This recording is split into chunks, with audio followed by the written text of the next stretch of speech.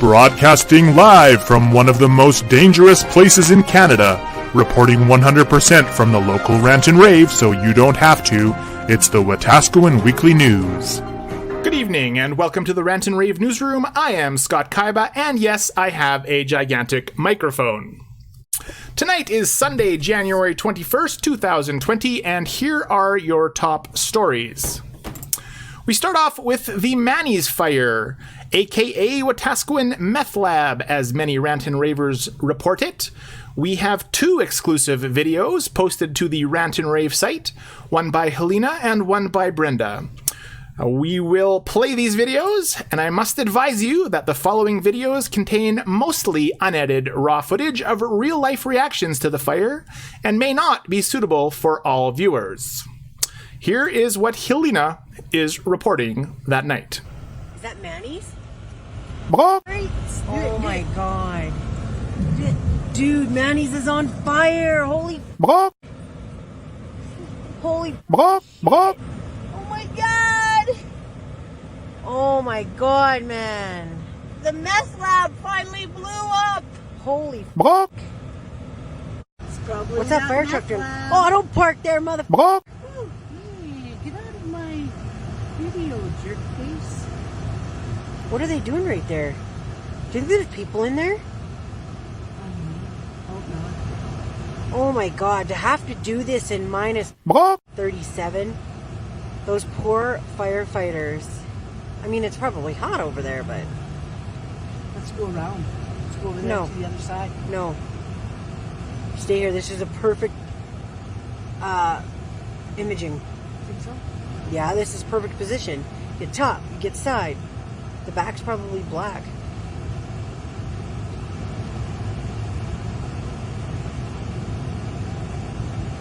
That's insane, man. Helena, that was the perfect imaging position.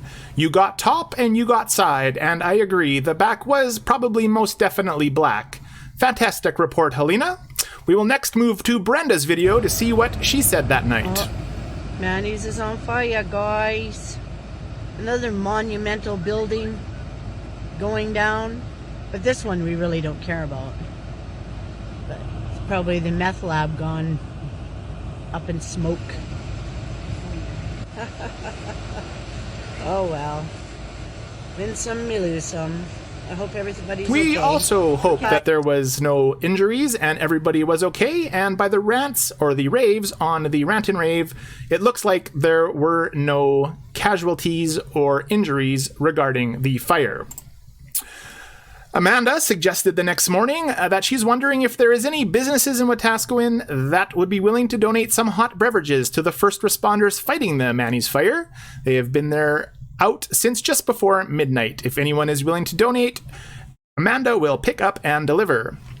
There was several posts under that post, and from the aftermath, Amanda posts, giant rave to North Tim's. They donated a box of coffee, and a huge rave to our McDonald's for stepping up and taking care of our first responders with 24 hot coffee. The Rant and Rave news team did go by later that day and took this picture of the devastation.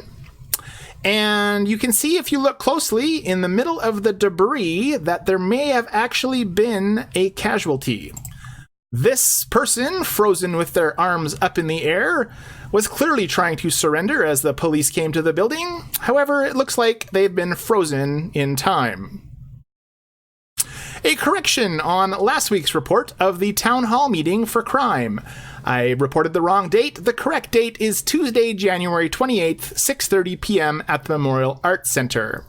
An update from VO, who wants you to tell City Hall that liquor stores aren't helping either, most likely just making it worse. And a second correction from the report on the plastic bag ban. I read the word paper and said plastic. I do apologize. It looks like Safeway is going to be offering paper bags. Lorraine says, well, it's nice to have paper bags to put my 75 items packaged in plastic in. We have a light bulb bandit in Wetaskiwin, reports Zoe. Just a heads up, this happened around 7:30 on Maple Crescent in the alley. Thinking the kid was just scoping as he didn't take anything and broke into both our neighbors as well. Keep an eye out. We do have this video that she posted of the light bulb bandit. You can see him clearly walking up to the truck, checking the handle, and walking over to the house where the light comes on, and he lifts his hand and unscrews the light bulb. Very creepy indeed. Indeed. Alan replies with, follow the tracks and kick the block out of him. That's what he would do. If people see a guy dressed in all white at night and sneaking around, don't hesitate. Helena is asking if someone can zoom in on the face and get a little clearer. She might know who it is, and Jesselyn also says that it looks like someone that she knows, but she wouldn't want to give names unless she knew for sure. Is there any way to get frame by frame when he's walking up the driveway? Sorry this happened to you, Zoe. We sent the video to our media team, and they enlarged and enhanced the picture of the gentleman with the triangle on his hat. We hope it helps Helena and Jesselyn identify the person. Brianna's reporting that she has a rant to whoever stole her extension cord from her front yard today. -40, and the car barely even started with it being plugged in. It was there at 7 a.m. and now by noon it's not. So whoever stole it came on our yard or her yard in broad daylight. I know it's just an extension cord, she says, not really the issue, but in weather this cold, why would you take that from someone? Stay classy, Wetaskiwin. Jen is suggesting a great suggestion for Brianna to drive over the extension cord when it's plugged in, and Stephen agrees, saying, well, it still may be unplugged, at least you will hopefully still have your cord. Alicia is reporting a ticket from the city of Wetaskiwin on her vehicle for not removing it off the street. There's not a plow in sight, and she has a ticket on her car as she was going out at 9 a.m. this morning.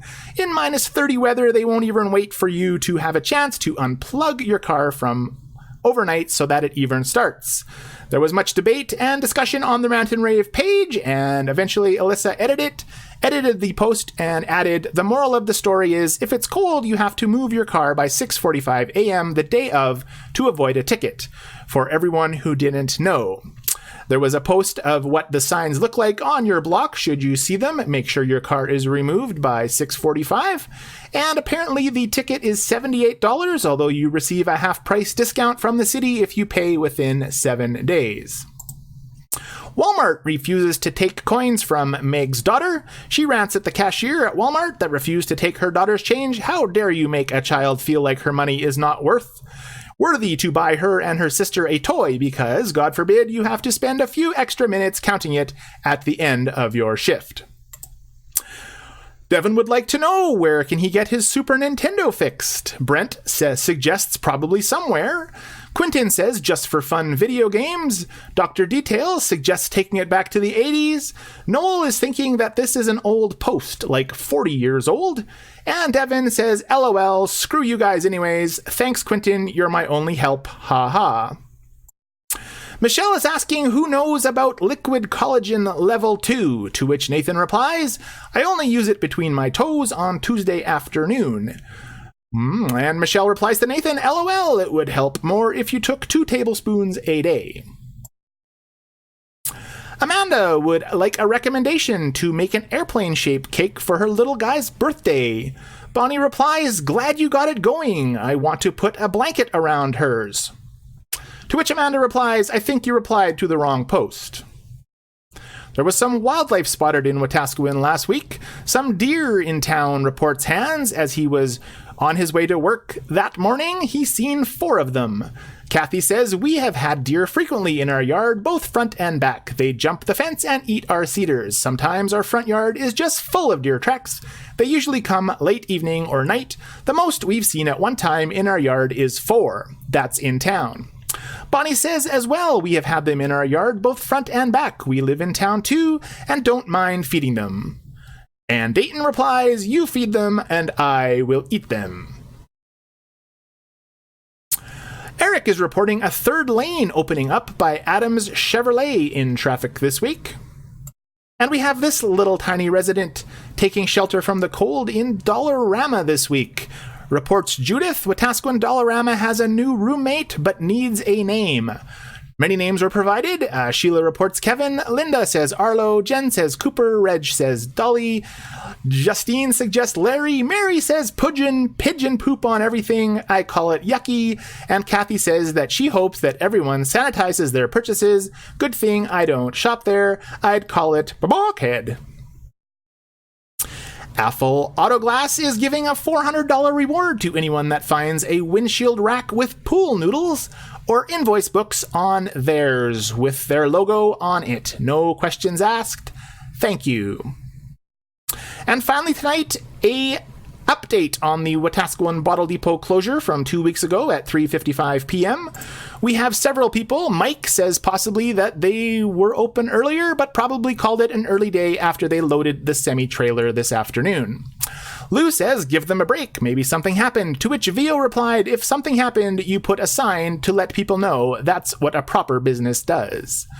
Patricia replies, no, if it's a private, you do not. Truman says, possibly it was Ukrainian Christmas. LMAO. And Tom, looks like Tom called at 3:30 and they said they were open till 4:30, so still the mystery. Sarah says it was probably a slow day with the weather being so bad, and Vio replied with, tomorrow I'll tell my boss, hey, it's cold, not many people coming in, let's close doors. Wonder what our customers would say then.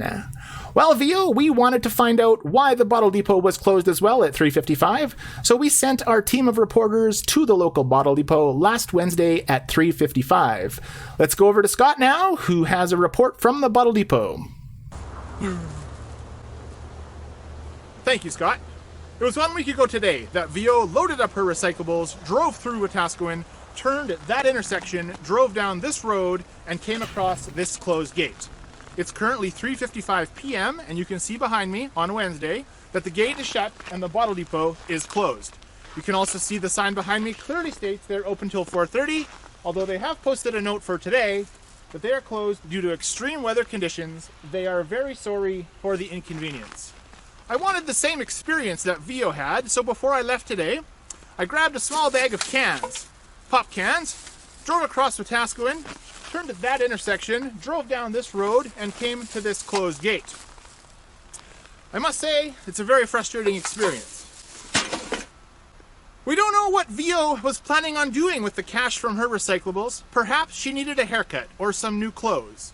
Or perhaps a more urgent need, like groceries for her family, or a gift for a sick child.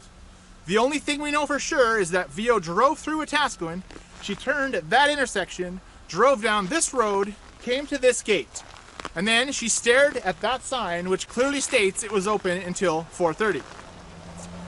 We can only assume that her frustration was too much for her to handle, and from the comfort of her car, she logged into the Rant and Rave page, raised her phone, and did what most people in Wetaskiwin do when they're frustrated, ranted on social media. For now, last week's closure of the Bottle Depot remains a mystery. Reporting from r&rnews, I'm Scott Kaiba. Back to you, Scott. Thank you for that wonderful report, Scott. You do certainly look cold out there on that Wednesday. And that's all I have for you tonight, everyone. Thank you for watching and contributing to the Rant and Rave news. And remember, if it's not on the Rant and Rave, it's not news. Good night, everyone.